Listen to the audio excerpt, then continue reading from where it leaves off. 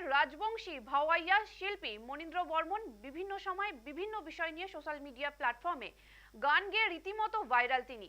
তবে এবার সামাজিক মাধ্যমে গান গেয়ে বেকায়দায় পড়তে হলো তাকে। সম্প্রতি দুর্নীতির অভিযোগে রাজ্যের 26,000 শিক্ষক ও শিক্ষাকর্মীর চাকরি বাতিল করে দিয়েছে সর্বোচ্চ আদালত। আর সেই দুর্নীতির বিরুদ্ধেই গান গেয়ে সামাজিক মাধ্যমে প্রতিবাদ জানিয়েছিলেন মনীন্দ্র বর্মন।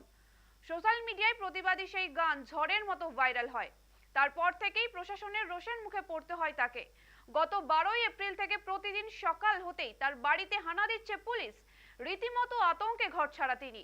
তার অভিযোগ, প্রতিনিয়ত পুলিশ প্রশাসন এবং রাজনৈতিক দলের নেতৃত্বরা রীতিমতো তাকে ওই গান গেয়ে সোশ্যাল মিডিয়া প্ল্যাটফর্ম থেকে মুছে ফেলার জন্য চাপ সৃষ্টি করছে।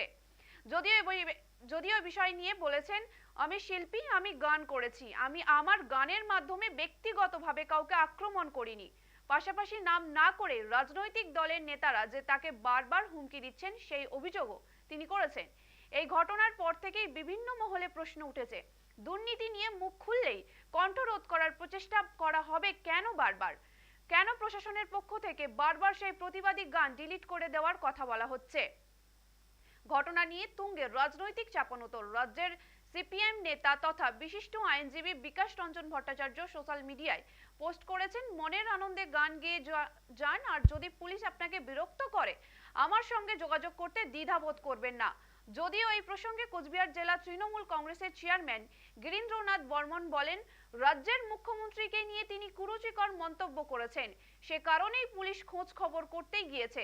পুলিশ সঠিক কাজ করছে বলেও দাবি করেন ওই তৃণমূল নেতা।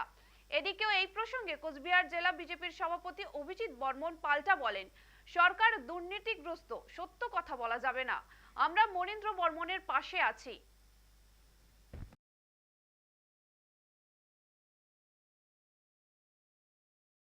করেছি মানে ওদের একটা পোস্টে আমি কমেন্ট দিয়েছি আচ্ছা, যে যদি পুলিশ এরকম বিরক্ত করে যেন আমার সঙ্গে যোগাযোগ করে, অসুবিধা কিছু নেই। এটা তো একদম হিচারি শাসন। একজন একটা গান করেছেন তার জন্য পুলিশ তাকে ডেকে পাঠাচ্ছে, পুলিশের কোনো ডেকে পাঠাবার অথরিটি নেই এবং ও যাবে না, ও বাড়িতেই থাকুক।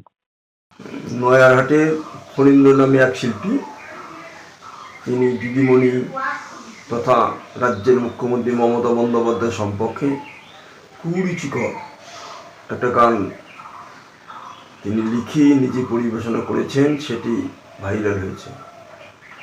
তার জন্য পুলিশ মনীন্দ্রর বাড়িতে খোঁজ খবর করছে। পুলিশ তার সঠিক কাজে করেছেন।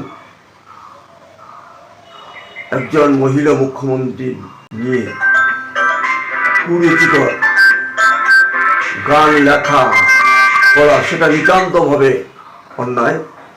বাক স্বাধীনতা থাকলেই যে কোনো মানুষকে অপমান করা, কুৎসিত ভাষায় গালিগালাজ করা, সঙ্গীতটাকে মাধ্যম করা, সেটা নিতান্ত একটা অন্যায় ব্যাপার।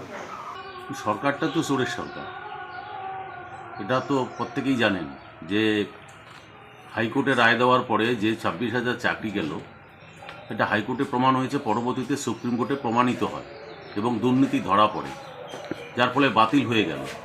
তো সেখানে এত দুর্নীতি, এত চুরি হয়ে গেল, তারপরে সেই বিষয়ে সত্য কথা বলা যাবে না।